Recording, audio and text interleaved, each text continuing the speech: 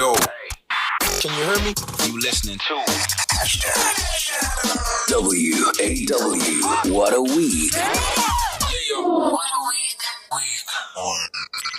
Eta, welcome to Wow, What a Week. It's been quite a week, and that is why we have the gent that we have in today. He sued the Minister of Police and won, and has more powerful enemies than most politicians have friends, I would like to assume. He broke the arms deal that had Malume Tony end up behind bars. He exposed the 1.7 billion rand police lease scandal that cost Malume Begi his national commissioner job, and got handcuffed for his trouble 3 days later. He's a Bushbuckridge boy who turned a freelance gig at the Witbank News into one of the most feared bylines in South African journalism. He's coming up next. This is What a week. What a week. Celebrity guest. Ladies and gentlemen, boys and girls, lovers of facts and investigative journalism, our guest is in the building. Author of Nothing Left to Steal, music producer, Pan-Africanist, professional, pain in the establishment's neck. It's been a week. Mzilikazi wa Afrika. Welcome to Our Week, brother. Thanks for having me, and thanks for this time around. Yeah, Leonard. When last did anyone call you Leonard? it was at high school probably. yes. What was it at the time that said to you, no man, come Africa, man? What's this Leonard business? You see, it was after I watched Roots. Aha. I watched Roots over, and you see, I spent the whole weekend watching. You know, it's a very long movie. So, No, you watched the movie or the series? the movie, the series only came now. The movie back No, there's a Roots series that I watched when I was 10 years old in 1982. Yes, Yes. that's the original Roots. Yes. It was a series, but it came as one package, you know. No. Yes, remember the series stuff start now with your Netflix and all of that. Yeah, because we used to watch it on VHS. Yes, I had yes. and return it, yeah.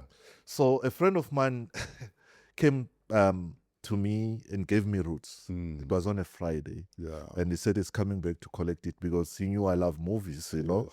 So I watched Roots, and then it touched me that, you know, we going around calling ourselves Toby.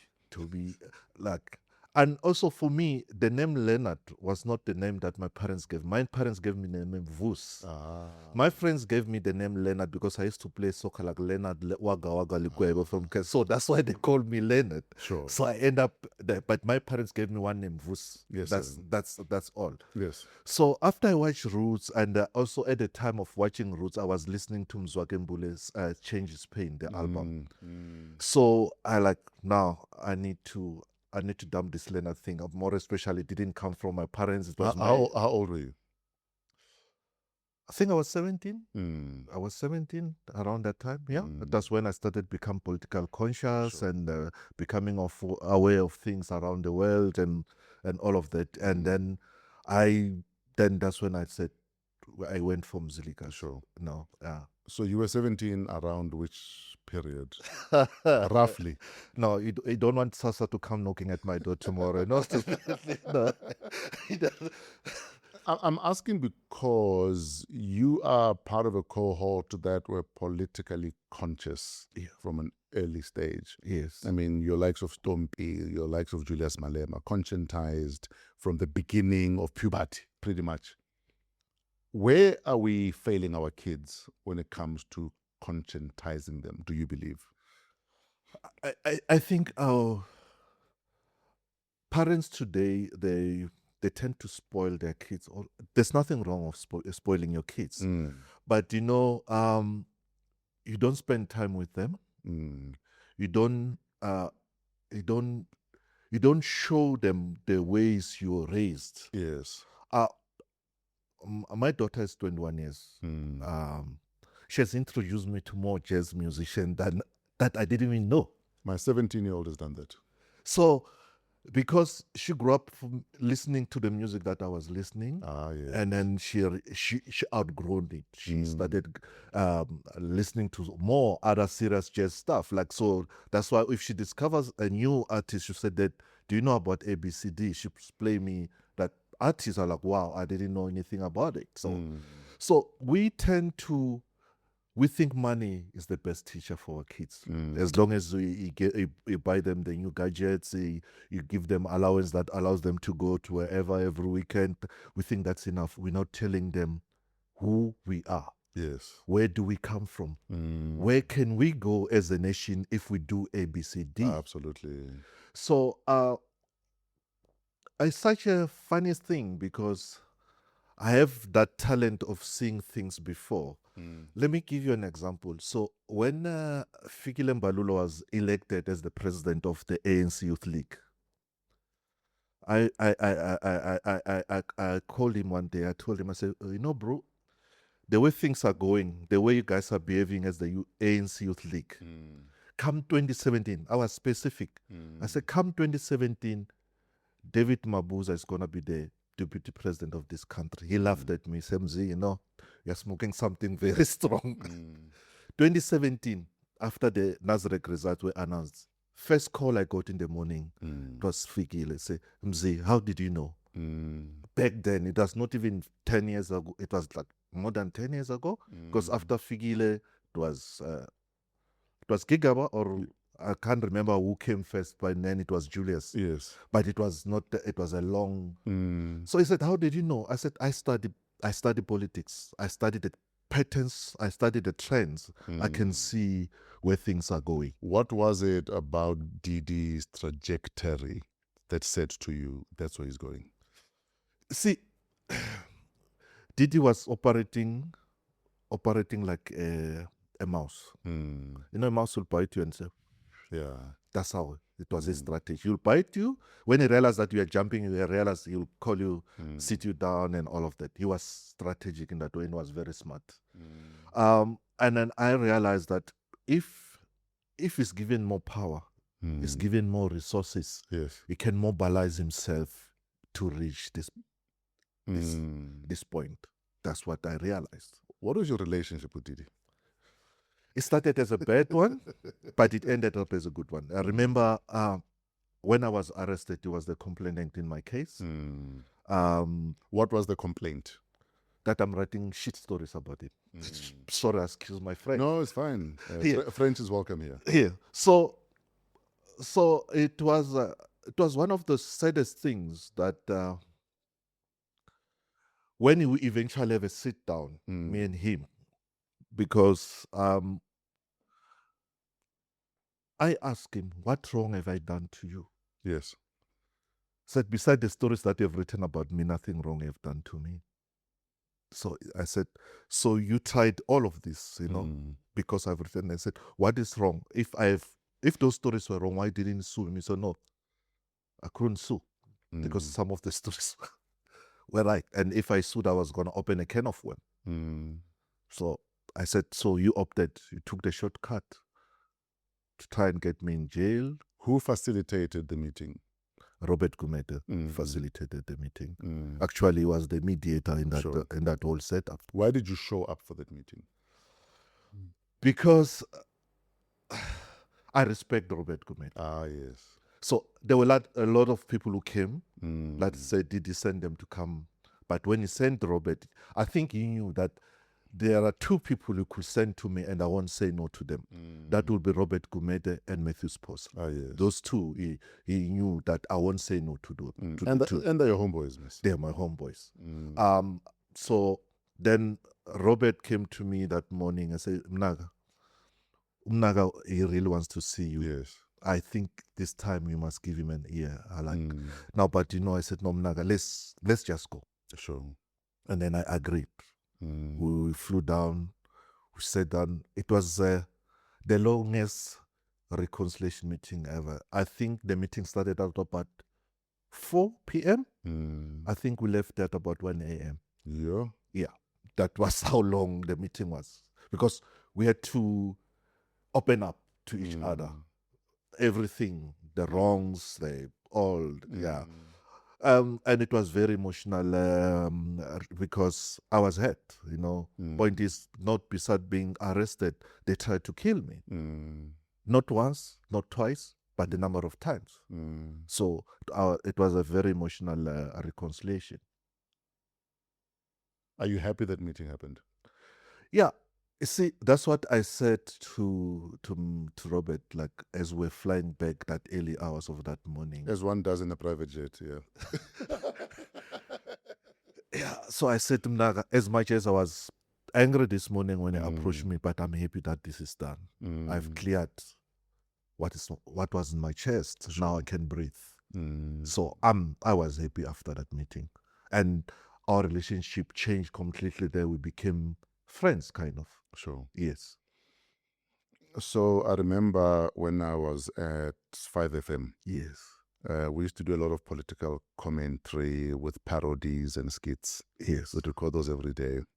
And I remember we did a skit about Bratoni. And as fate would have it, obviously he came out. And 5FM had an event in Cape Town at St. Eve's. Bratoni was at that event. And I remember the first thing I was thinking as I saw him was, Ish, Bratoni. And we did a parody about him. And then we interact, and then he laughs that, you guys are silly or you're naughty. But we laughed about it. You meet a lot of the actors that you write about. What kind of atmosphere is there when you meet them, and what goes through your head as you meet them? So everyone will tell me I don't hate anyone. Yes. Even those who try to kill me, I don't hate them. So if I meet someone, I'm just meeting someone. I don't have grudges. I'm not carrying any baggage. It's up to them whether they will shake my hand or don't want to shake my hand. It's a very tricky one because people react differently. Who did you feel uneasiest meeting that you have investigated and written about? It was someone from Home Affairs. Okay, let me put it that way. Yes. Someone from Home Affairs. So I exposed the then DG of Home Affairs for bringing for a Zambian ball basketball player to South Africa and gave them South African IDs. So when I phoned his office to try and get his comment, they keep on transferring my call to some lady. So, and that lady was, at first, she was very arrogant. Very arrogant to the point that we exchanged some heated arguments, like really, because she was very impossible.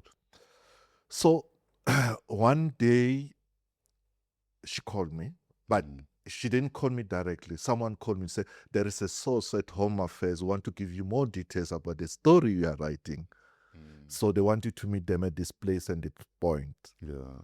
I go there, and that's how she introduced herself. Okay. I'm the lady that it made me really, really uneasy. But that's how it happened. So but then she said, you must understand, I was trying to protect my boss. It's not my nature. But I was told that every time you call, I must treat you this way. You must deflect. Yes. So, but it made me, when she introduced herself as, I'm the person you just had a fight with last week over the phone, So, yeah. When you choose a subject or a story to follow, how do you weigh this might cause them more distress, embarrassment, and reputational damage than is worth the public interest? How do you weigh the two? Do you ever have to weigh the two? Definitely. Yeah. You see, for example, I'll never write a story about who you're dating until you start booking hotels who state money. That's when I come in. Okay. But if you are dating someone, you are not abusing state resources. It's none of. So I'll wait. Every time I write stories, I'll leave that out of the story because it's got nothing to do with the other side. Yes. But once you start touching taxpayers' money, that's when I come in. Yeah, because now you're screwing someone and the state. Exactly. Okay. Exactly. That's how I weigh my stories. Talking about Braton, it's very interesting because when we investigated, so the Sunday Times investigation unit at the time, it was myself, Jessica Besedenhout, and Andre Jurgens, when we investigated the arms deal. So we went back to the original claims about the arms deal, and then when Patricia Dilly stood in Parliament, she says she's got this corruption about the arms deal and stuff. The dossier. The dossier. Yes. So we look at that dossier and said, which out of everything, which one is easy to prove? And if the dossier claims that Tony Ngen was bribed with a car, said, but the car has got the history, it's got papers, it's got all of that. So it was easy to trace the history of the car. So we started putting like a few things together, and then I phoned Bratoni and like, can I come talk to you? He said, about what? I said, about your car. He said, yeah, you know, I'm the chief whip of the majority party. You have to see me, you must come to Parliament. I flew down to Parliament. I met him in his office. And then, see, as I'm sitting there in front of him, he says to me, I was just advised not to talk to you. I said, but you allowed me to fly all the way from Johannesburg to come here to Cape Town. Why you didn't tell this over the phone? And then he said to me, you know, my car, he waved some piece of papers, like, see, my car, I'm paying for it, and every month. I said, can I see? He refused. Then went back and started looking at the history of that car, and then that's when we discovered that there was another car. There were other two cars. Okay. And if he sat down and talked to me about it, the other two cars might not have even picked them up. But now we started investigating more deeper, and then that's when we found out two more cars. So that's what happened. What's your relationship like with Bratoni? He doesn't talk to me to this day. Okay, but you understand why? I understand, but a lot of people tried. That's one other guy that a lot of people tried for us to reconcile. Yes. He doesn't want to talk to me. It's not what I've written. It's what he has said about me. That's what makes him too embarrassed to come to that meeting. Yes, sir. Because he called me all sort of things. I mean, in the first court appearance and the commercial court in Pretoria, he called me a dog in court. Because as I walked in, he was there in the dog, and then he said to his friend, he said, "Na ilenja ibaleng ame maphepheni." And he did a lot of other stuff. So for me, it's not about the story we have written about him. It's about what is eating him inside. He knows he has done a lot. That calling me a dog was one of them. But there are a lot of other stuff that is that I don't want to talk about. What would it take for you to reconcile the Bratoni? Me, I've always been open. He's the one who doesn't. There are a lot of people we have tried. They've tried to put us together. I said, I'm okay. Like, for example, the other time he just met me, he found me sitting at the restaurant with Advocate Skakane. He just greeted Skakane and ignored me. And it was just the two of us on the table. And then Advocate Skakane asked me, what's the issue? We should have asked him why you're not greeting my friend here in front of me. So to hear the story. Yeah. And there are a number of occasions like that, that we've bumped into each other. You'll speak to the people around me and you won't talk to me. Yeah. Your arrest was what, 2010? Eh? 2010, August 3. Yeah. So 2000, I was on a trip to Nigeria. I was still at Y at the time. So we're visiting Rhythm FM. We had an exchange program with them. And they took us on a tour of different media houses in Lagos. And the overarching story or theme that we got from most journalists at the time was that in Nigeria, for a lot of journalists, it's literally risky business being a journalist. And that a lot of journalists have been given so-called acid baths, where they even pour acid over your face Yes, yeah, that's true. to show you. Yes. And we even met a journalist whose face was scarred because of this acid bath. The job that you do is dangerous. This. You're married, you've got kids, and even as with other jobs where people are operating at high risk, you continue to do it. Where do you get this fearlessness from that would have many people saying, I'd rather not do this job? I think for Are you me, fearless or are you naive? no, I'm just fearless. Yes, sir. I think for me, journalism was a calling, Mm, and I needed to do it perfectly. yes. More special because it was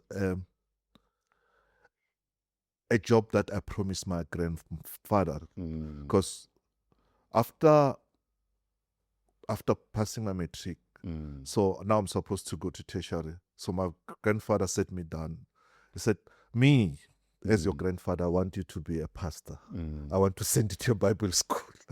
I'm like, no, grandpa, Pastor Mzi. that's not what I want. He says, Yeah. what do you want? Yeah. I said, I want to be a journalist. Mm, Like, he said, but there's so many of them. I said, mm. no, I want to be a different kind of journalist. Sure. I said, what journalist do I said, I want to be an investigative journalist. Mm, And then it was that because then he asked me a question which I answered, and then he gave me his blessing, and he said to me, "You are going to be one of the best investigative journalists in this country." So every time I'm doing that story, I've got that I got a blessing from my grandfather, and I must not disappoint him. mm. So I'm doing it to the best of my knowledge and the best of my capabilities. Mm. Yes. The attempts on your life, are they failed because they did a bad job or it was just a warning? Or are you resilient and maybe got out of the way in time? So some of them is just protection from above. Hmm. I'll give you an example. Do you have a tally? How many attempts on your life has it been? I need to take off my shoes if I really want to okay. account. I've also them. got toes if you need toes on my side. So I need to. There were so many, so many. I'll just want to. What was the first one where you realized that, oh, flip, they're trying to kill me here? The first one was when I was thrown into Kruger National Park. Hmm. I was beaten up and thrown into Kruger National What Park. year was this? That was 1999. Okay. So that was the first one. Do you remember what you had written at the time? I was investigating human trafficking. So okay. the guy discovered who I was. I was in this part of the people who were smuggled back into South Africa. Discovered who I was, and then he beat me up and threw me in the middle of Kruger National Park. How bad was the beating? It was bad. It was bad because I think I had those bandages for almost the whole week. Yes, because it was bad. As you're enduring this beating, what are you thinking? Are you saying anything to them? No. What are they saying to you as they're beating you? No, you said all sort of nasty things. But as I was enduring the pain, I said to myself, I need to follow up on this guy because if I don't stop him, someone might stop him far too late, and eventually was arrested. So you're not even thinking, I'm gonna die here today? No. So, but it was at that time when I just made that decision that I'm not telling my wife what I'm doing. Yes. So she's not compromised. Even if they take her and torture her, they won't find anything. They take her for, at some stage, we wrote a story about her boss. And they interrogated her. They thought she was the leak, and they find out she wasn't. She didn't even know nothing. So, but what did this interrogation look like when they interrogated no, you? like, this is your boyfriend who's written about your boss. What more information? How come he didn't want us? Like, I don't know anything. Yeah. That man, you don't tell him anything. He does So I wanted to tell you about this, about how I survived some of the threats. So how did you survive the Kruger? The lions, I think they were sleeping. Or Ah. either they were sleeping or they were full. I was going to say, they've eaten already. Yes. So that's how I survive. Or they can tell that this one is a tough cookie. So that's how I survive. So how long were you in the Kruger? I think I was there for more than an hour or plus. And then how did you I had get to out? walk and walk and walk. So you're walking, Jay? Yes, I was walking. I didn't know which direction to walk. I was just walking until we're like, after walking, so I could hear the distance, the cars are passing by. So I thought, that side there might be a road. And I walked towards that direction. And there was that big fence. Then we have to jump it. Then, yeah. Who's the first person you called? I called my boss. I called my boss. I made a reverse call. Okay. So I hitchhiked to Malelani. I made a reverse call to my boss. And I asked my boss to call my wife. And yeah, and then my boss made arrangement for me to go and see a doctor in Nelspruit. That's what happened. So in this occasion, two gentlemen go to a hitman's house to go and hire him to kill me. So as the wife of the hitman is in the kitchen cooking, she overhears the conversation. And the following day, I get a phone call from a relative of the wife saying, "Hey, dude, please meet me urgently. I'm coming with someone with some bad news." And then I met them at the car wash. Driving there, did you have an idea? I didn't have any idea. Okay. It was not. So I arrived here, and then the woman says to me, "You don't know me, I don't know you, but I know about you." I said, "How do you know me?" He said, "Yesterday," she asked me, "Do you know so and so?" I said, "Yeah, I know." He said, "Yesterday, these two people were at my house. They hired my husband to kill you." I'm angry with my husband because when I met him, I knew he was a thug. But when we got married, he promised me that he has stopped doing this shit. Now I'm angry. And I want to tell you, and I'm also going to file for divorce. Which she did. And that's how I survived. And I confronted the hitman. I said, "Dude, I'm told you've been hired to kill me." I'm the guy you're looking for. Yeah, at first he denied. He denied, but eventually admitted that I caught him. But then after that, they outsourced the killing to someone, a white guy this time. So I'm in a meeting in Pretoria. I get a phone call from a number I don't know. He's a white guy saying, "You must please meet me." So I meet him. But now, because I've got an idea, I phone my boss. I say, "I've got a phone call. It might be one of these guys." So there's a pattern you're picking up with these things. It is. Yes. So my boss said, "Okay, where are you meeting this guy?" So I tell my boss where I agreed to meet with this guy because I need to meet him we met at McDonald's in Rosebank. So my boss said, "Okay, as soon as you leave Pretoria, let me know so I can send some people to go and see the Rosebank to monitor the situation." I go there, I meet the guy. He says to me, "You know, I was hired to kill you because they hired," so he mentioned the other guy that I confronted. Said, "But because of that, he couldn't do it. So they hired me to kill you." So I went home, I Googled before killing you. I wanted to know where I'm killing and why. At least he's thorough. Yes. So then he said, "I realize you are a good guy. And the guys that hired me are the bad guys. So therefore, I'm not going to kill you. But I'm just warning you. Because if I'm not doing the job, they might get someone else." Just know that your number is out. Unfortunately, that same day, the guy was killed. They called him to a meeting. They asked him why he has not killed me. They gave me something. He died of poisoning. Oh, wow. He died. I survived. So it's like I said, it's through the grace of God and the ancestors. I'm still here. The stories around the attempts on your life, do you proceed with the stories? Yeah. See, that's for me, that's the thing. Once you step on my toes, I'm going to kick you. I'm not going to say, yeah. So I've never backed off. So it doesn't matter how many gunmen you are sending to me, I'm not going to back off. That's me. You might say I'm naive, but I think I'm brave. or courageous. Would you say your abduction was the closest they've ever come to taking you out? Or has there been a worse situation? There was a worse situation where the gun pointed in my head. And then what happened? It jammed? What no. happened? They thought I was alone in the car. Ah. When they realized that I had other people in the car, that's when they ran away. Yeah. So, you see, it became a point where you know what you must do to survive some of these tricks. So I was out of the country, so they knew I was out of the country.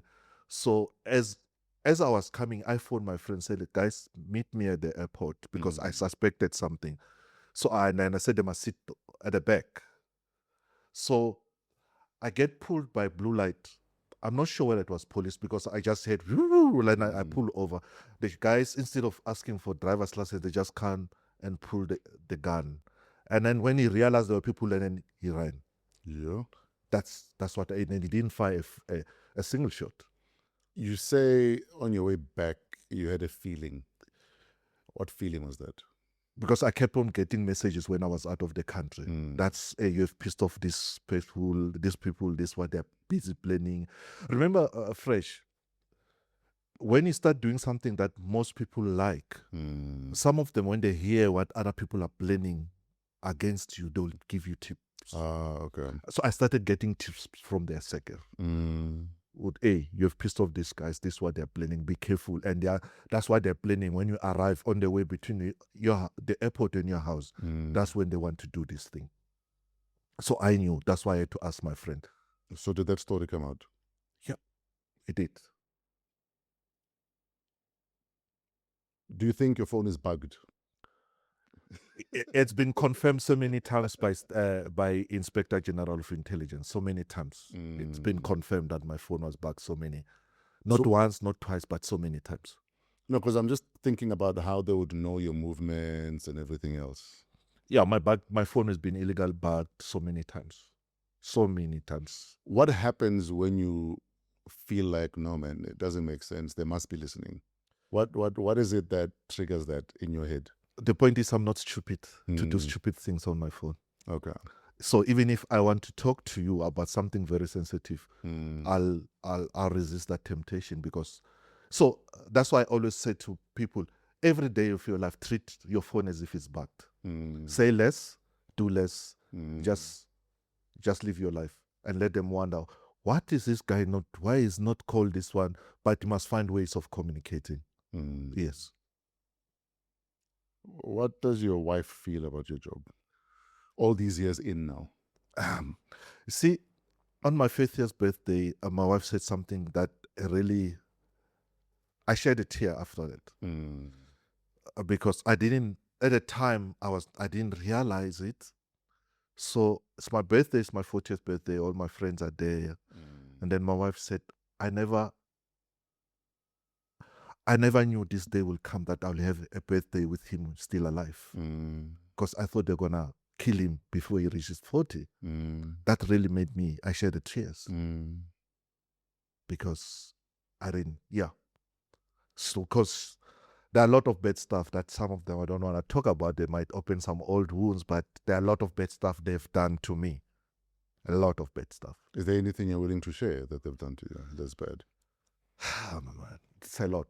So just one. You know, Fresh, there's a point where a politician gave someone a HIV positive injection to come and inject me. Just they come close to, they arrange some sort of contaminated blood. Yes. Yeah. To come and inject me. And yeah, it happened that I didn't go to that meeting because, like I said, people will have people who like what you're doing. They'll give it. Say, tomorrow you're supposed to meet Fresh. Please don't go because this is what Fresh is been hired to do to you. So it did happen. There are a lot of all those stuff. Did nobody tell them that HIV is not a death sentence? Or they didn't know? I don't know. But remember now, they'll inject you, then they'll go, that man, don't worry about it, it's HIV positive. You know, they'll use that just to dehumanize you. Yeah. What's your relationship like with eating out, drinking, could drink and water in public, because poisonings are also a thing. Yes. So clearly you have to be vigilant at all times. That's why I spend most time, 90% or 95% of my time at home. So I managed to build my gym at my house, my recording studio in my house. So everything I need is in my house. So I only go to the shops because I have to go maybe buy some stuff or have to go. But again, I've learned that I don't go and meet every Tom, Dick and Harry. Oh, yes. I meet, And also, where do we meet? I don't go. That's why I might be around here, but you have not seen me. So, but we are around here because I'm always at home. It's an era where if I'm not traveling, I'm at home. Do you get danger pay? Because your occupational hazards are more than most occupations. Do you feel you deserve danger pay? No. I feel I'm just a worker. Like anyone works in the office. I'm just doing my job properly. Yeah, but no one is trying to shoot Mavis making tea there at the company. You'll be surprised. Are you serious? You'll be surprised. You'll be surprised how many Mavises have been shot because they overheard something while they're making the tea. It's not the making of the tea. It's the environment you're working in, what is happening in that environment. When people suspect that, oh, this one might have heard or might have seen, or then they will go for it, regardless whether you're a cleaner or a tea lady or something like that. They will go for you. So it's not the position that they're killing you for. It's it's the knowledge that we have that they will kill you for. Absolutely. Yes. You don't feel you need a security detail? No. Because I've realized in these years, there were points in my life where I had bodyguards. Yes. But I started getting stories about certain politicians, and my sources were their bodyguards. That's why I'm like, okay, bodyguards can't be trusted. So your detail is probably the easiest person to buy. Yeah. In the first place. I can take good care of myself. Yes. Yeah. Okay. We're going to talk about your week, because obviously this is, wow, what a week. So I'm going to ask you questions about your week. I think firstly, take us through your week.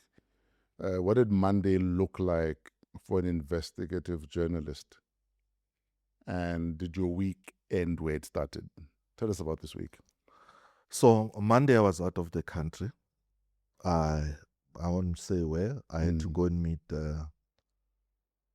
some people out of the country. So I had on Monday alone, I had 4 different meetings out of the country because I had to fly back on a Tuesday. Sure. So I need to report. But I was there since Sunday, So I was out since Sunday. So Monday I had to out of the country. Had 4 meetings.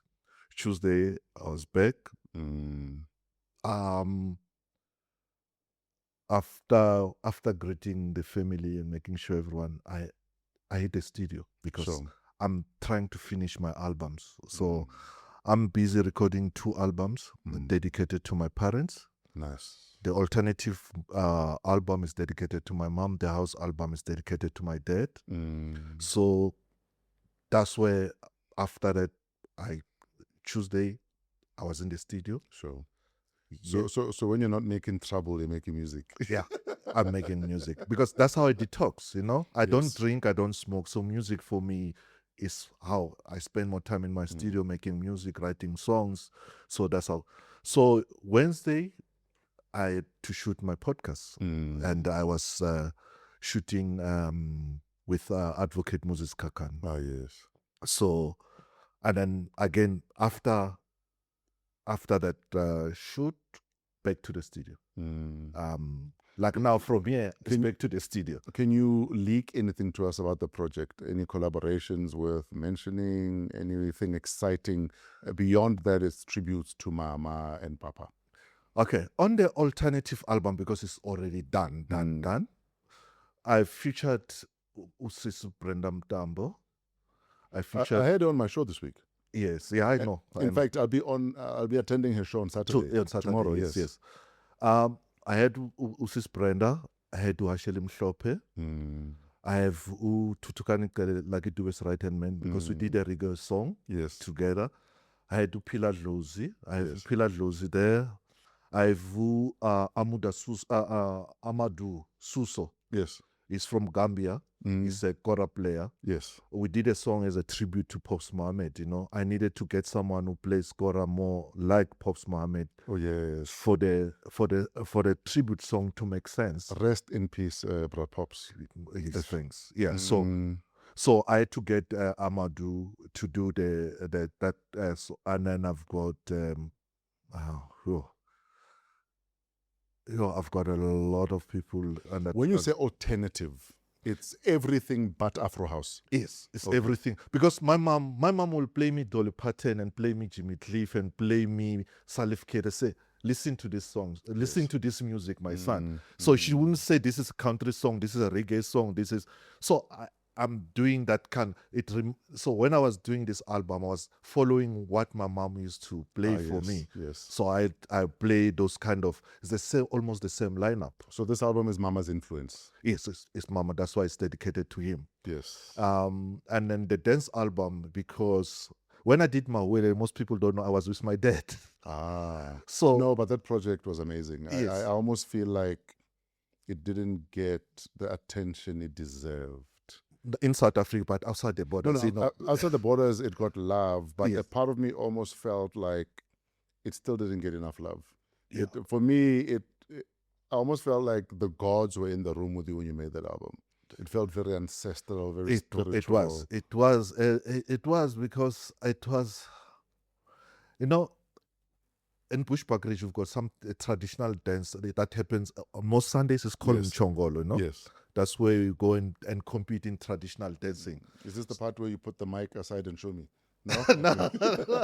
You need all the drums and all of that, Yeah. So my dad took me there to this because I was home. He said, yeah, you spend more time in Joburg. You no longer go to these events. Let's go. You're not part of the culture. Yeah, so I go there with my dad. So while I'm there, those people are dancing. I came with this idea of Mawelel. And I told my dad, I said, no, thanks for bringing me here. He said, why? I said, I got a song out of this thing. He said, what song? I said, no, you'll hear it on the radio, because I didn't want him to spoil it or try to divert the ideas that I have on the song. Yes. So I came back to Joburg. I started playing around with the musical part of it. After I've done that, and that's when I phoned Sis Candy Zamandewela. I said, Sisi, I've got this song and I think you are the best person to execute it. And she came to the studio and then we recorded it, and the rest is history. Yes, sir. And the song was number one for 8 straight weeks outside the country. Yes. Yeah. Yeah. So And this at a time where we didn't have TikTok trends. No. It literally off its own steam. Yes. It built this momentum. Yes. How did you feel about that? That's how I built that relationship with Bodhisattva. Yes.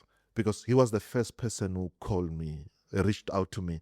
Remember, there was MySpace at the time back then. There was no TikTok or X. There was something called MySpace. Yes. Bodhisattva reached me on MySpace. He said, dude, this song is going to be big. Do you want me to remix it for you? Yes. And that's when he was the first person to do the remix. And then there was a guy called Max Peller. He now lives in Japan. He's from Dominican Republic. Yes. So he was invited to play at the Independence Day. He played the whole EP of Mawelele there. And for me, it was something amazing, Louis Vega, on his birthday in New York and Brooklyn, he played that song on his birthday. So it was something big for me. And that's why the song really made a name for me, So, but now that's why I want to go back there on this alternative album. So far, I've got a Black Coffee remix of Mawelele that was never been released. Yes, yes. It's gonna be on this album. A recent Black Coffee or Black Coffee 15 years ago? 15 years ago. Okay. They're back to that. Yes. It's never been released. Yes. It's gonna be on the album. I worked with the guys who started house music in Chicago. Alexis. Yes. Shelby. Yes. I worked with them. Oh, wow. I worked with them on the song. It's called Rise. It's so amazing. Yes. I I'm busy with Kent. We are doing something. Yes, yes. DJ Kent. Yes, yes. I'm waiting for Oskido because I told him I'm back in the studio. He said he'll make some time. He'll come. We do something because me and him, we go Yes. way back. I've got DJ Maporisa. I'm still waiting for him to come to the studio because I said let's go back to the tribal house, the ancestral house we used to do. Ground zero. Yeah, we're going back to ground zero, you know. So him, I've got a couple of remixes of traditional songs that I love and that they've already done. So, but the dance album is like 80% done. The alternative album is done. Actually, it's mixed in. It's only one song that is outstanding out of that. Yeah. Rough release date? Roughly, Jane. I don't know because I've been signed the contract with the label that is going to release the two project. But there is a label that's there's a label. It's an American label. Like I can say, it's an American label. But I've not signed it. The reason I've not signed is because I wanted to finish the album so that when they say they want the albums next week, yes, they are ready. I can deliver. So I didn't want to sign and now under pressure to finish them and just do a quick job instead of doing a thorough job that the way I want them. Yes, sir. Yes. We're still talking about your week. Yes. What are you grateful for this week? I'm grateful for this week that all my kids are alive. My wife is alive. I'm alive. I'm not on a ventilator or anything. I've got roof over my head. I'm going back to the studio to make music, what I love from here. I'm just happy. You know, those smaller things that we ignore, they make a lot of, they give you comfort when you sleep at night knowing that, wow, I'm sleeping on my bed. I'm not in hospital. My kids are here under this roof and we are all fine, you know? You know, I say that to my Jita all the time, that if you have your health when you wake up, then you've won half the race. Like you have definitely. You can have R1 billion, but if you don't have your health, you have nothing. Nothing. It's got nothing. If you can't sleep with your R1 billion, then it's nothing. I sleep peaceful at night. Yes. What did you pray for this week? This week, it's something personal. My wife went through surgery last week. So I pray that she recovers quickly. She's back on her feet, which I'm grateful she is. Like yesterday, for the first time, she went shopping with our daughter, you know. So it shows that. Karim went shopping, but wakula. So yeah, yes. Yeah. So unfortunately, she's not appearing at Madlanga Commission. So I pray that she gets healed quickly, back on her feet, and all of that. More especially because I've seen the pain before and after the surgery.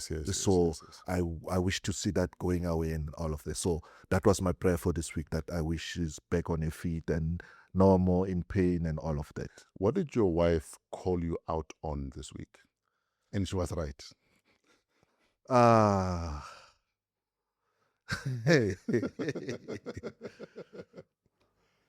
Let me think about carefully. About it. We listen very carefully. Very carefully.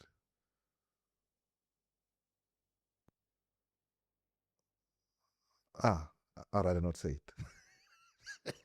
But you were called out. Yes, I was. It's something to do. It's a domestic. It's something to do with my stepmom. So it's not something to do with us. My dad passed on, but he was married to my stepmom. So my stepmom phoned my wife, and my wife, after that phone call, yes. Yes.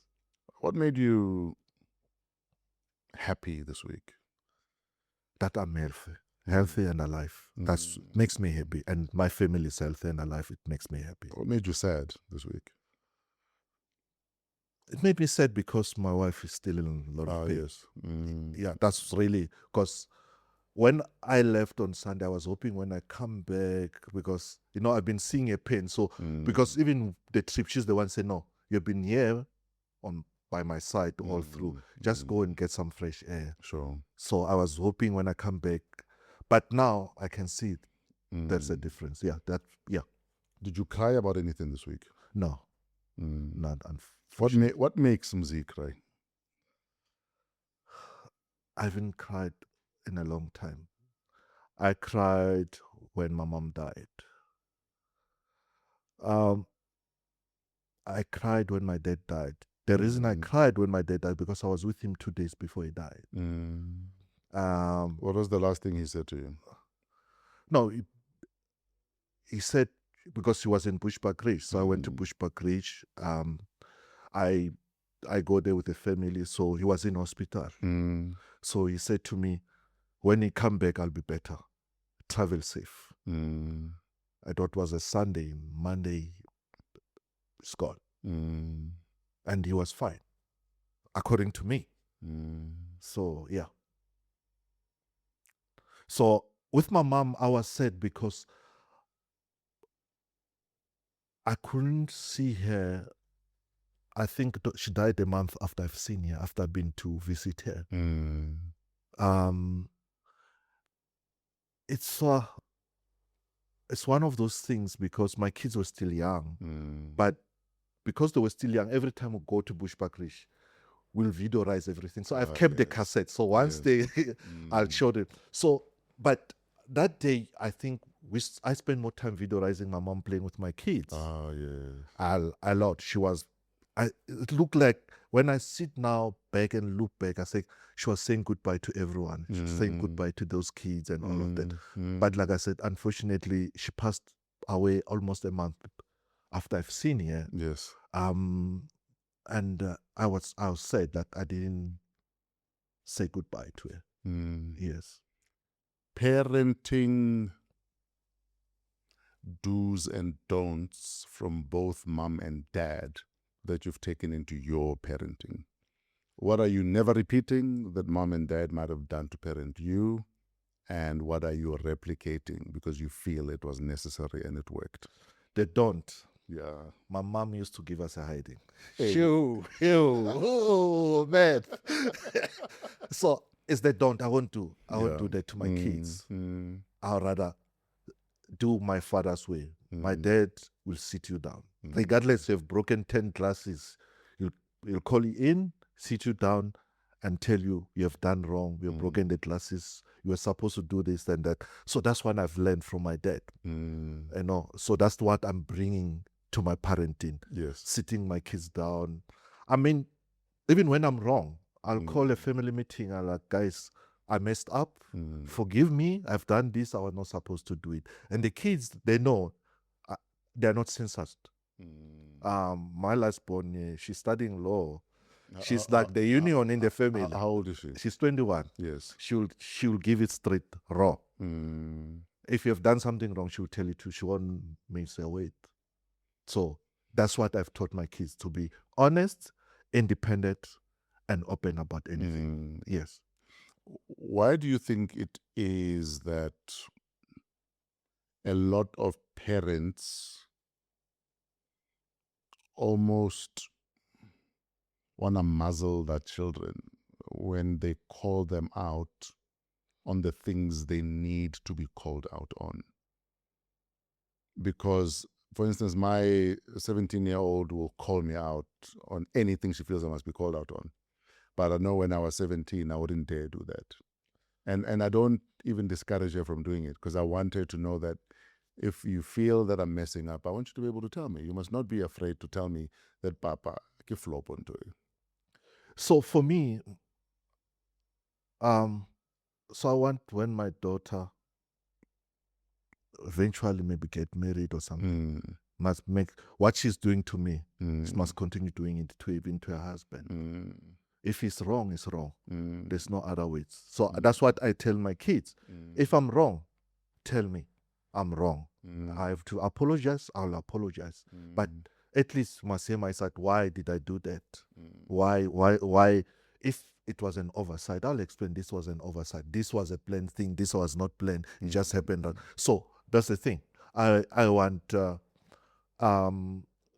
I want them to do that. And I also, I'm doing the same thing. If I see something wrong, I call them, like I said, we sit down and say, I see this thing, why did you do it? Why didn't take this direction or this one instead of this one? So we talk.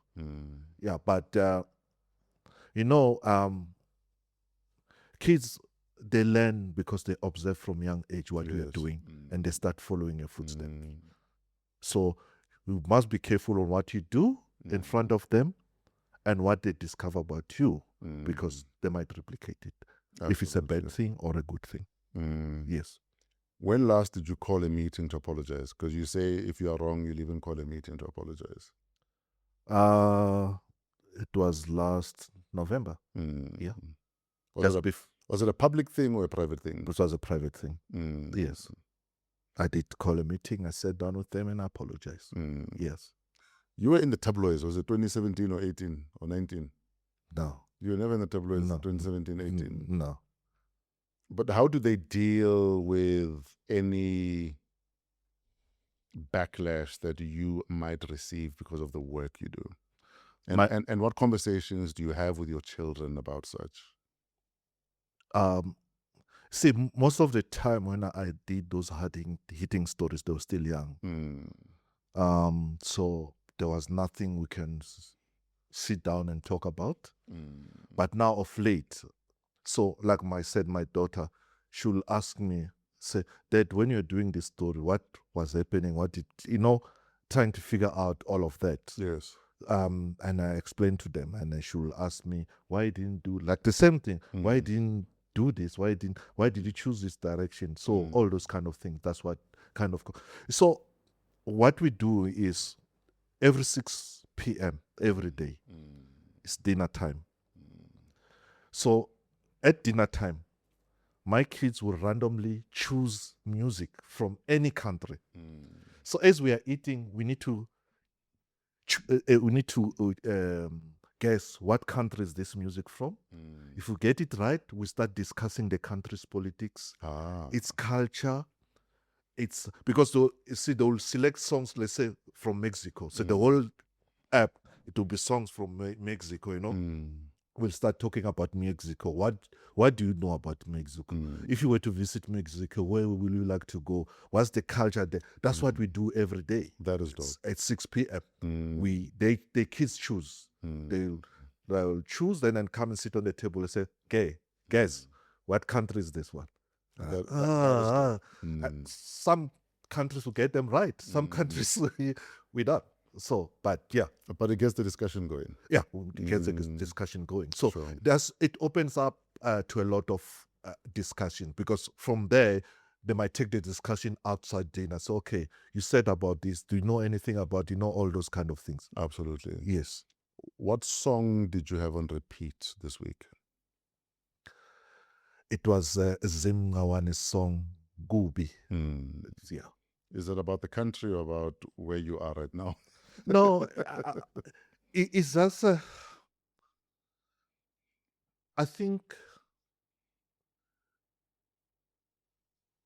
before Brazim died, we were planning to do something. Because he came to me and then asked me if me and Black Coffee can work on a project with him. And I phoned Nati at the time. I said, Nati, because at the time when I phoned Nati, Brazim was still with me. Yes. Say, Nati, I've got Brazim here. He wants to work with us on this a new project of his. And Black Coffee was like, yeah, let's do it. And then unfortunately he passed on before we couldn't do even one song, Then Gubi is because the alternative album that I'm doing, that whole album, Brazim, inspired me a lot on a different level in terms of, if you listen to Zim Ngawane's albums, the production, yes, it's amazing. He's a musician. It's amazing. So I learned a lot from listening to his music. So for me, Gubi is one of those songs that I can play it from here to Bushbuckridge non-stop. Yes. Yeah. Obviously, the big headlines in this country for the last couple of months has been the Madlanga Commission. What happened at Madlanga this week that had you shaking your head? Signals. Yeah. The signals are so, the signals are something else. Sure. We're not saying people are not sick, but why only get sick when you're supposed to appear at Madlanga Commission? Because you have anxiety. Anxiety leads to other things. These things are psychosomatic sometimes. Yes. There is not that what's harbor. Yeah, but then you get sick, then you're being spotted at a restaurant in Woolies in Cape Town. I'm hungry. I must eat. Sick people eat. So if you are fit enough to fly Yeah. to Cape Town and go to the restaurant and have lunch or dinner or breakfast, what stops you from being pushed on a wheelchair to Madlanga Commission to get this thing over and done with? So what do you suggest be done with these people? I think Madlanga Commission should have their own team of doctors. Mm. If someone phone and say this, I'm sick today, they send their own doctors. Yes. To go and examine them. Examine them, yes. Examine them, yes. There's a patient-doctor confusion. They shall it, but if you are sick, you are sick. Exactly. They won't say, Dr. Fresh is sick because he's got a running stomach. Not They say, just confirm you're sick. he's sick. That's it. I think that's the only alternative they have right now. Yeah, and also the thing of this IDEC that they're going to arrest you for what crime you're going to commit in future is very shocking. So now they'll arrest you now because probably you have a child, he might be a bank robber. They don't know yet, but it might happen in future. Yeah, but it's preemptive. Isn't that why Iran is being pumped? It's preemptive, Mus. So the jail will be full. The jails will be full for people, arresting people for crimes that they might commit in future. So that's another way of how people have been abusing their powers in this country. So what are you hoping the outcome will be when all is said and done and the Madlanga Mkhwanazi dust has settled? I hope to see a change in the SAPS and in the way they're doing their job and in the way people in this country get arrested and prosecuted. And also I want to see all those implicated with evidence being behind the bars. That's what you're hoping for? Yes. What's the strangest tip-off or DM you've received this week? Without giving us too much detail. That was the strangest. So I got this DM this week. Someone saying Elon Musk want to talk to me directly. It's a verified one of those Twitter company accounts. So I checked it. So I get this thing. I like this one is saying Elon Musk want to talk to you directly. So I responded. I said, if Elon Musk want to talk to me directly, he's got my Twitter account and probably he's got my numbers because anyway. So he must not send a messenger. He must call me directly. And that's what I said. If it is Vele that he does want to talk to you, what do you think he wants to talk about? I think if you follow me on Twitter, me and him have been at loggerheads on a number of more especially the lies he's been telling about South Africa around the world. I've called him off for that. So I don't know whether it's about that or not, but that's what the strangest inbox I got this week. But again, I checked the account. It's one of those X accounts. Official X account from the different, but I told the person, I said, Elon Musk has got my number, my email, and my. If you're saying you want to talk to me directly, why is he sending you? How do you decide which Twitter or X skirmish to jump into? What informs that? Okay, maybe I need to address this. There are two things. So one, I post and leave. Sometimes I don't even follow who says what after I post it. And then, and the inbox site, before, if someone inbox me, then I go to their profile. Yes. If I found on their profile that they've done something terrible or bad or something like that, I ignore that tweet. But if because I need to do background on about you before I can respond to you.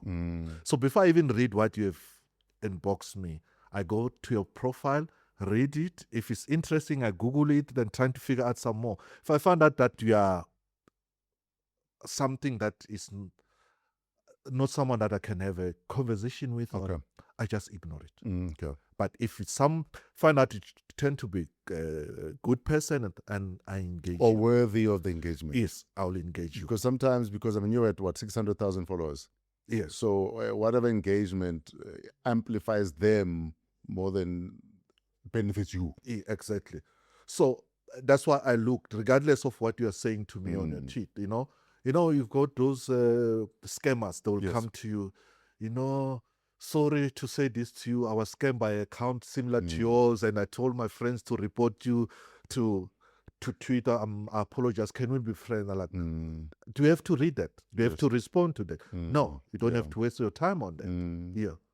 In fact, your bio says you are a Pan-Africanist. Most of it.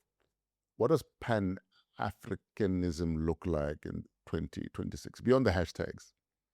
If you're to reimagine it in 2026.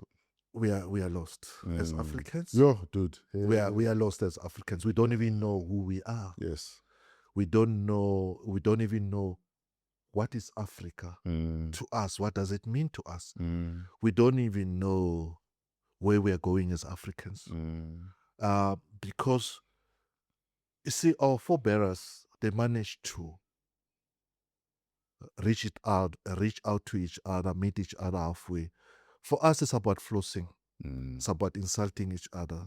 It's about showing off that you can say F you to me, so you can show your friend, I told him to F off, That's what we're not building each other. We're not encouraging each other. We're not guiding each other. We're not helping each other. We're just pulling each other, tearing each other apart. We are losing it as Africans. Yes, sir. We need to go back. We need to go back to the roots and say, what made our grandparents or grandfathers stronger? They didn't have internet, but they managed to make magic. Yes. They didn't have the technology that we're having today. Pyramids were built. Why can't we do it with the technology that, instead of using the technology for a good of humanity, we are using it just to tear each other apart?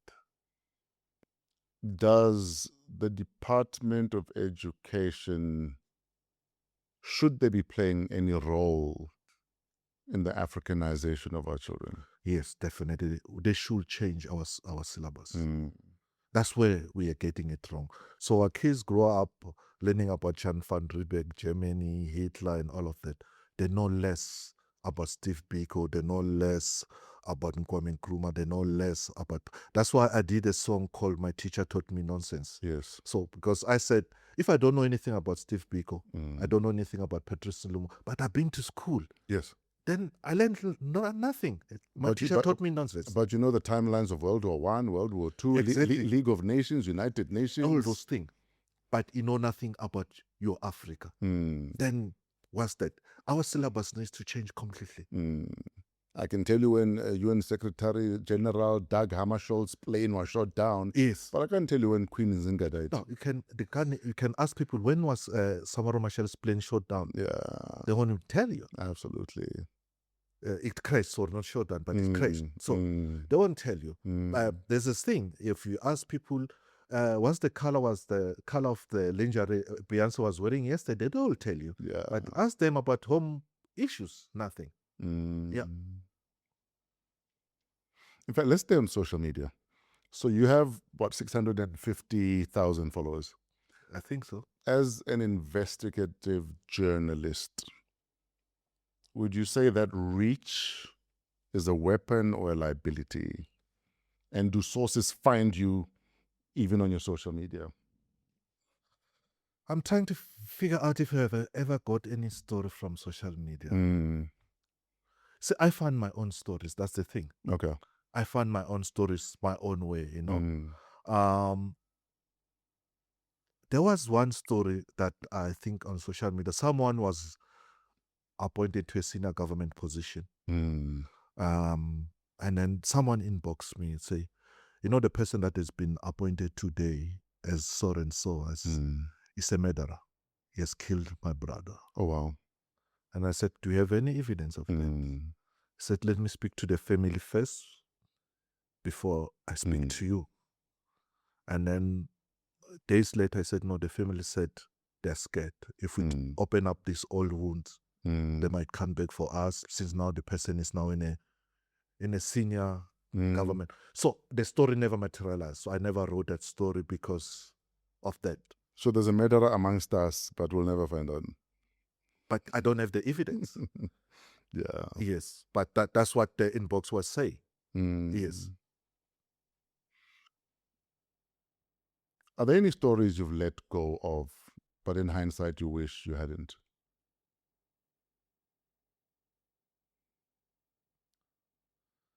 I think I've done everything I should have done. I think I've exhausted all those avenues. So there's no stone. Remember, we were working as a team. Yes. I was not working alone. So we'll sit, brainstorm, decide whether this is worth pursuing or not. So it was not a one-man show that I'll sit as, this one I'm scared, or I know this one, this uncle is down the road. No, we sit as a team and decide as a team. And then if we agree to go on, we go on. If we agree not to, we don't do that. One of your threads that even went international was your thread on King Mswati III and his wives and shopping sprees and fleets of Rolls Royces. How do you decide that this story cannot wait to be in the newspaper? Okay, that was a Twitter feed. It was not a story in the newspaper. Yes. Because for me, it's like, okay, guy is buying Rolls Royce for his wife, probably using state money. So it was not like a story that was going to be in the newspaper. It was for people on the social media to be in the know. Yes. So the story, there was no story written. I just posted it on so people know that this is what is happening. Yes. Do you ever post anything and in hindsight feel like maybe I could have dug further and turned this into a story? No. I think twice before I post something. Okay, so you're very intentional about... Yes. So if there's something that I wanted, but I'll think, okay, but I can turn this into a story, then I don't post about it. Yeah.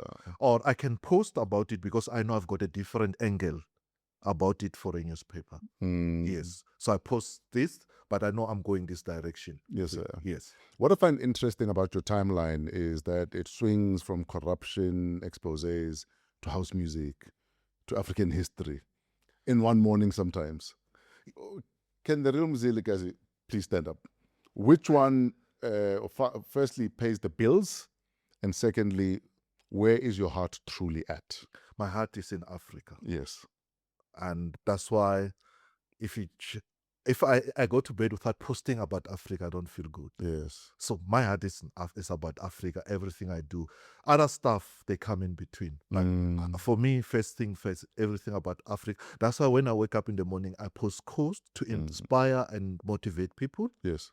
And then during the day, I post photos to remind people of who we are as Africans. And yeah. A lot of us like posting and tweeting and hashtagging Africa Rise, Africa Rise. But are we doing enough for Africa to rise? And what needs to happen? Because, we can talk about, our leaders fully invested Vele in Africa Rising. Are we doing enough to hold leaders accountable? Are the youth militant enough to say to our leaders, if you don't do it, we'll do it for you? What do we need to do on this continent to be taken seriously? And could we learn something from the Sahel region? We need to go back into understanding politics. You see, there are people who are like learning politics from social media, which is very dangerous. So that those who have got experience in politics, they look at things completely different than those who are just learning politics from social media. Sure. Excuse me. So, for example, you might, the first time I was arrested, I was a political activist back in the days. How old are you? I was 18. Mm. Yeah. Okay. I was 18. Mm.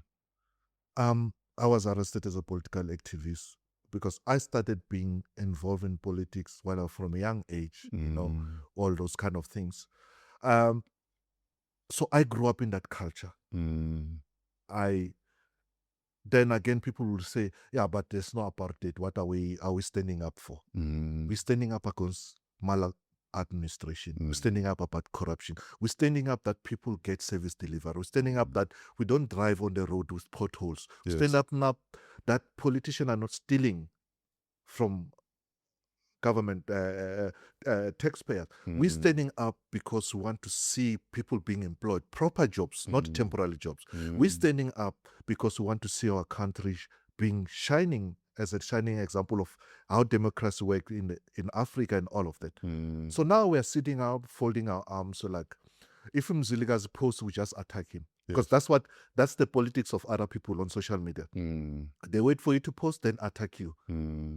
Because they don't like what you're saying, because it threatens their masters or threaten what they've been promised. So most of the time people will attack you on social media not because you have done something wrong. It's because, one, they want validation. Two, they want to be accepted by certain. Three, they want to show that they can do that to you. And sometimes you trigger a cognitive dissonance within them. Yes. Because this is the view, the worldview, and you're saying, but look in the mirror. Yes. And sometimes that is uncomfortable. It makes a lot of that. Definitely, I've realized most of my tweet that says to people, please stand before the mirror and look into yourself. They will insult you for that, and then they expect you to say, why are you not responding? Why must I respond if you are not seeing the picture that I'm seeing? If you are blind to see the truth, I can't. There's nothing I can do to you. But the next day you're back again. Now, the point is, it doesn't matter. You can insult me as much as you want. You won't stop me from doing what I believe in. Yes. I didn't join social media to be a church choir of some certain people. I joined social media to post what I want, how I want them, and when I want it. Yes. What are your thoughts on cancel culture and muzzling people? See, most of the time,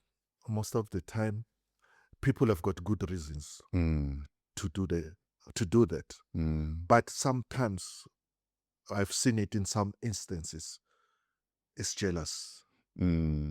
It's jealous and also relying on gossip, not having the facts. It just, no, Mzilikazi is a troublemaker. Let's cancel him. You never ask, okay, you say it's a trouble. What has he done? Is that justifiable? Is that so? If you step on your toes, almost like a mob psychology of sorts. Exactly. Yeah. If you step on your toes, did you step on other 10 people's toes? No, you just step on your toes. Then he's a bad guy. So we must all cancel. Yes, sometimes there are serious reasons why people must be cancelled. But there are times where people, they're just following something they don't even know where it started and where it's going. Or they were ready to lynch someone, and it was your turn. Yeah, except then you get hanged for crime you didn't commit. Yeah. Yes. Should radio play R. Kelly's music? It's up to the particular radio station. I mean, it's the same question we'll ask. Should a rehabilitated politician be back in parliament? Should they? Should they? I'm asking you. Should an impeached justice be in a parliamentary committee? It depends on what crime is done. What was he impeached for? For example, you get arrested for driving 80 in a 60 zone. It's speed, of course. Sure. But was it reckless? 80 is still, but then you get arrested for driving 180 in a 120 zone. That's a completely different ball game altogether. So we cannot treat that someone was driving 80. Yes, it's speeding, but was he reckless? And that someone who's driving 180 in a 120 zone, he's reckless. So we cannot treat them the same way. Yeah, so they're doing 118 and 120 zone, and they charged, they admit their guilt, Yes. and they do their time. Should they be allowed back in playing with other children? Well, the issue is if the problem then becomes when you get someone who was admitted for being reckless in driving, 118 and give them the Minister of Transport, then it's a big problem. Okay. For me, that's where the problem is. It's a big problem. He might have been rehabilitated, Yes. but the crime that he committed, they are within that range. The other day, Brafigile Mbalula, SG of the ANC, spoke about how Sis Dina Pule had learned her lesson. She's done her time. So we must cut her some slack when it comes to her appointment as minister in, what's the portfolio again? As Social development. Yes. What are your thoughts on that? I reserve not to comment. Why? Let me Tell us why. Because I'm the one who got her fired in the first place. So you broke that story. Yes. So I really don't want to be saying it because I'm the one who got her fired in the first place. So I really don't want to because now some people might say it's personal and it's not personal. So I rather reserve my comment. But if a person has suffered the consequences and proverbially done that time, surely they deserve a second chance. That's why even guys go to prison and get released on good behavior. Yeah. They get released. And you don't throw them into a dustbin. No, we incorporate them back into society. Exactly. Yes. People do go to prison and get released. So, for instance, some people will argue that Mama Dina didn't necessarily take money. Yes, public protector said, but ofagile someone and gave them opportunity and gave them an advantage. I really don't want to comment. I really don't want to comment because I really don't want to comment on the appointment. Yeah, it's out of respect. Facts. I wrote that story, and most people know what she tried to do to me before she was fired. What did she try and do to you? She had a press conference at the Hyatt Hotel next to my office and called me all sort of things. Oh yes, I remember the press conference. Yes. What was the fallout as a result of that press conference? Because she lied a lot at that press conference. Yes. Just trying to justify what she was doing. So, like I said, I really don't want to talk about it because then, people will say I'm against her being a vegan. That's why a lot of journalists contacted me when she will say, "What's your comment?" I'm like, "No comment." Yeah, because it's now people will turn it personal even when I'm not. I'm just saying whatever I think about it. But yeah, I can respect that. But now because I'm a believer in if someone has done that time, then we don't throw people away. You don't. We don't throw people away, and I guess we will give them the benefit of the doubt that she learned a lesson and she's gone through some sort of rehab, as Mbak said. But have you seen people who have been released on parole? Some of them went back to jail for doing the same crime. And others didn't. Yeah, others did. Yes. That's why I say some of them. Yes, others didn't. And others come back and rebuild themselves. Yes. And turn things around and they've learned their lessons. I mean, for instance, I'll give you an example. Ntate Hlophe, former Chief Justice, Dr. Hlophe. Surely he has more experience than the transgression that led to the impeachment and would be more of an asset than not. Okay. In Parliament or not. I don't know what you feel. There are two things that you should know fresh. Yes. In politics, there are factions.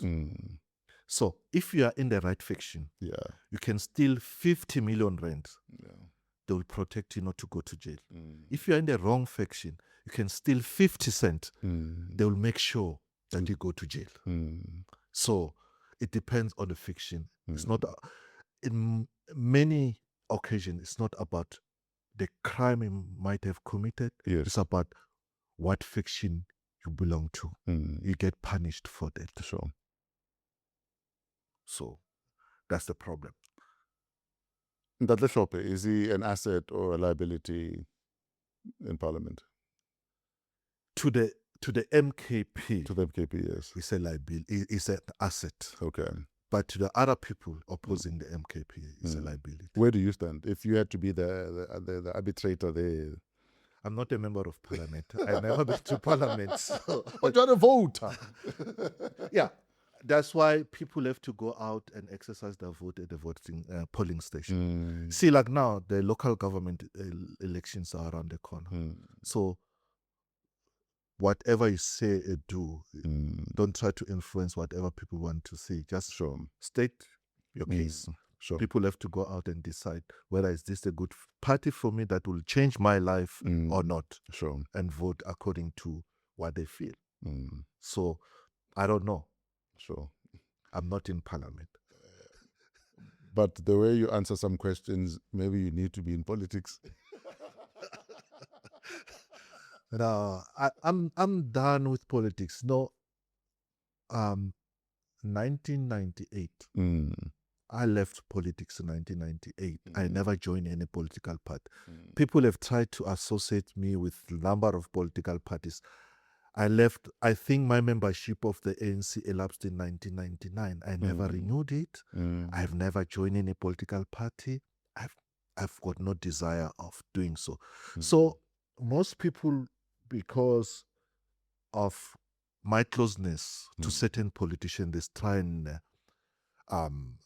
link me to EFF. And I'm like, I'm closer to Julius as a person because he's my cousin, Yes. not the party. I'm closer to Floyd because he's my friend, Sure. but I'm not a member of my boy. I know Jacob Zuma. I go and visit him in Kandla. I'm not a member of MKP. Yes. I know General Bantu Holomisa. I've known him for years. I'm not a member of UDM. So now people try to box you according to how they want to character assassinate you. Where we can see you are a member of EFF. Like, when? I said on social media in black and white, I said I stand with Julius because he's my cousin, not what he has done. Yes. I stand with him as a cousin. Finish and clear. I'm not. Does that make you a member of EFF? I don't know. It's an argument I had with a friend of mine because Julius has booked me for many an event. Yes. Whether it was at the Durban July or Kopolokwane. And people always say to me, am I not afraid? People are going to think Gili EFF. I'm like, Juju is my guy before he's a politician in my eyes. And the fact that he gives me business, I'm not going to stop doing business with him because I know you don't like him. Exactly. So people, because they don't like him, when they see you with him, it's a problem to them. I like, deal with your problem. If you're obsessed with him, be obsessed with him. Yes. Leave me and my cousin alone. I didn't say, you've never seen me wearing an EFF t-shirt or a cap. I just said, the guy is my cousin. So as my cousin, for example, Fresh, when I was arrested, who came to fetch me from jail was my brother. So because I was arrested for the 2010 arrest, so you're saying that my family must distance themselves? Now they must disassociate. Was I found guilty for that crime? No. And even if you were guilty, your brother will stand with you. Exactly. As if their own relative is not going through that, they won't do the same thing. And sometimes you need to go through it to actually know where you stand with which people. Yeah, exactly. Because it becomes very clear. You see, the issue I'm giving an example about my brother, it Yes. cost him, bro. It cost him. So when the judge eventually said I must be released from jail after the police refused. So when my brother came to fetch me from prison, so there were cameras and everything. The following morning, he lost all the contracts he had with government. Oh, wow. He lost them. He lost. He has to go from zero. Can't you this guy's brother cancelling all your contracts? Did you do any crime? Nothing. Just because it's my brother. He came to fetch me from the cells. He has to lose everything. That's the mentality that we're having here. Sure. Guilty by association, not guilty by the crime you yourself has committed. We're out of time. Thank you. But I think we need a part 2 and a part 3 because I can talk to you once a week, every week, Yeah. for the rest of our lives. What are you writing this week? You see, that's one thing people don't understand or know. They think I'm still practicing. I left journalism to concentrate on what I'm doing. Okay. Because I get So what are you doing? I'm more into business. Okay. I'm more into business. I'm more into making music. I'm more into making movies. So how do we writing books? So how do we support your business? Where do we go to support you?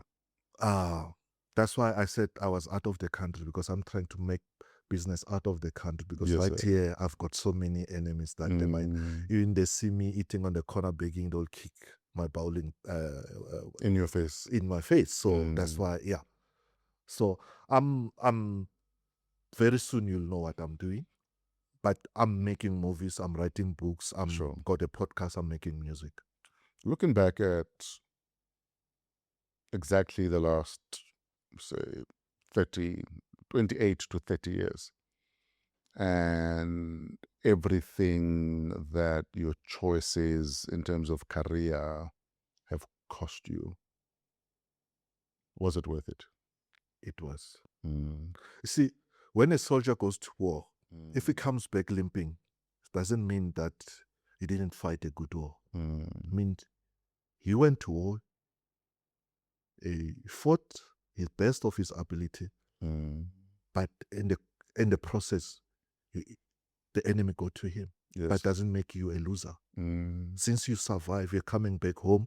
You might be limping, you might have bruises and all of that. You are coming back home as a hero. Sure. Yes, I'm not regretting anything. In closing, what's your wish for this country? Your hope for this country? I hope the youth of this country fully understand the politics of this country, of Africa, so that when they go out in numbers to vote, they make the right choices. Sure. Not choices that they'll regret 4-3 years down the line. Because we see the youth of this country tend to follow politicians, not politics. It becomes very cult-like. Yes, it becomes cult-like. So you don't understand the ideology of that politician you're following. You just like him or her, and that's all. That's all that matters to you. That's not politics. Yes. That's obsession. So I wish the youth of this country go back to the grassroots and start understand the politics of this country, so they can make an informed decision about the future of this country. It would be irresponsible of me not to ask you to weigh in on March and June 30. I reserve my comment. Why do you reserve your comments? No, because the issue, like, I'm Shangan, and the certain Mashangana Waham. Sure. And I reserve my comment. And the issue is, I'm born and bred in South Africa. If you say Mashangana Hambe, you're making irresponsible statement. And where must you go to? Exactly. Must I move Bushbuckridge to somewhere? Where must I move Bushbuckridge to? To Zim side, Mozambique side, Swaziland side, or where? So I can go.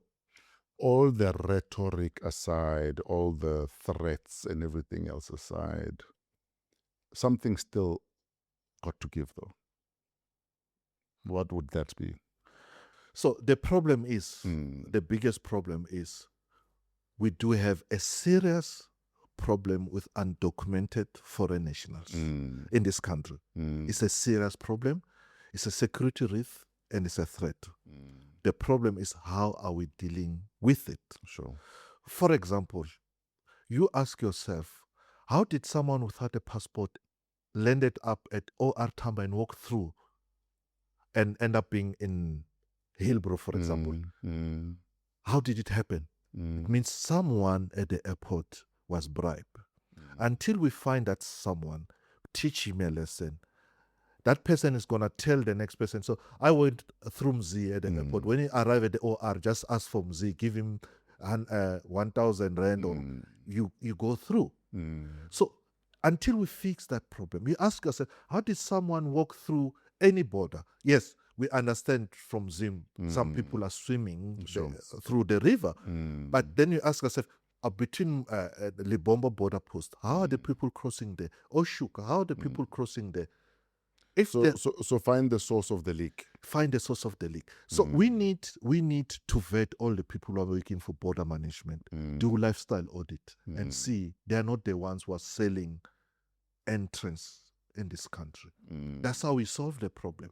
Then, so that when you take people out of the country, we're sure they're not going to come back because the doors are closed. But right now, the doors are wide open. Sure. The local government elections are around the corner. Yes.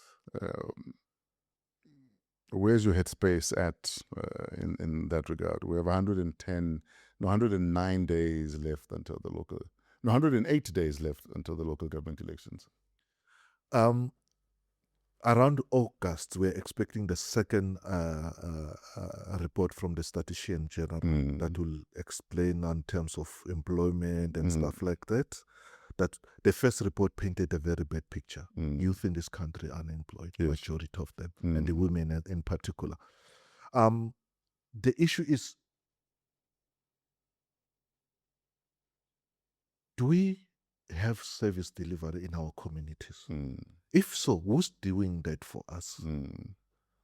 And if we don't have them, why do we keep on voting the same people who are denying, who are not delivering services to our people over and over again? Then people must go out there and vote in their numbers, but make wise decisions. Vote for parties of their choices, of course. But point is, I'll drive out of here. This is 4 ways. Before I reach my house, I'll pass, I think, more than 50 potholes. Is that acceptable? I think here around Bryanston, you've noticed every weekend we don't have water. If it's happened every Friday, every Friday there will be a notice there's a water issue. Like, why is this water problematic every Friday, but during the week it's not a problem? So those are the issues that we should take in note when we're going out to vote. Yeah. Mzi, where do we find you online? If I want to engage with you, check out your social media and support any future endeavors that you might be busy with. I'm on X. Yes. Which is I am Mzilikazi. Yes. I've not been on Facebook for more than 15 years. I don't even know what my account was called. I'm sure but I didn't close it, but I'm sure there's 10 other accounts now. Yeah, but anyway. I'm not on Facebook. If you see someone as Mzilikazi, I've not been there for more than 15 years. I'm not there. Yeah. I'm trying to build my Instagram account. My Instagram account was hacked when it had more than 1 million followers. Some people hacked it and threatened to said I must pay them if I want them to release my account. I said, go to hell. Yeah.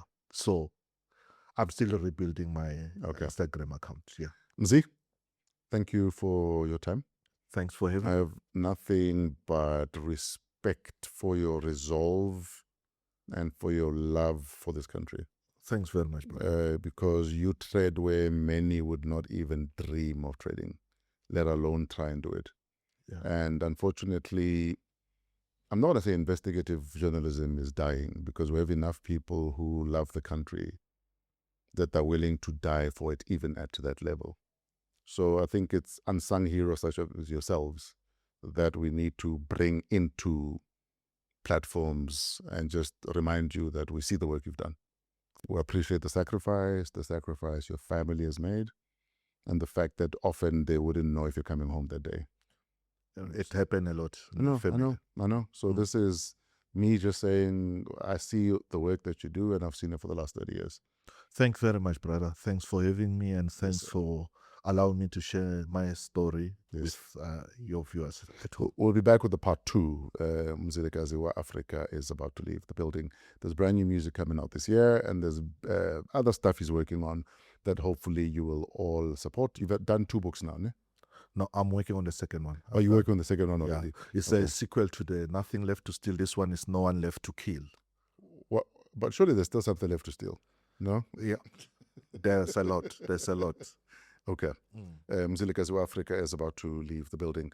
Thank you for watching Wow, What a Week, coming to you from Discover TV in 4 ways. Discover TV, let them be your stage. We are part of the Africa Podcast Network. You can email us at waw@africapodcastnetwork.com. Shout out to Keletso Modisake, our executive producer, Trevor and Pezulu Works for the cinematography, and most importantly, you for watching, for liking, for subscribing. Until next week, have a wow week in spite of yourselves.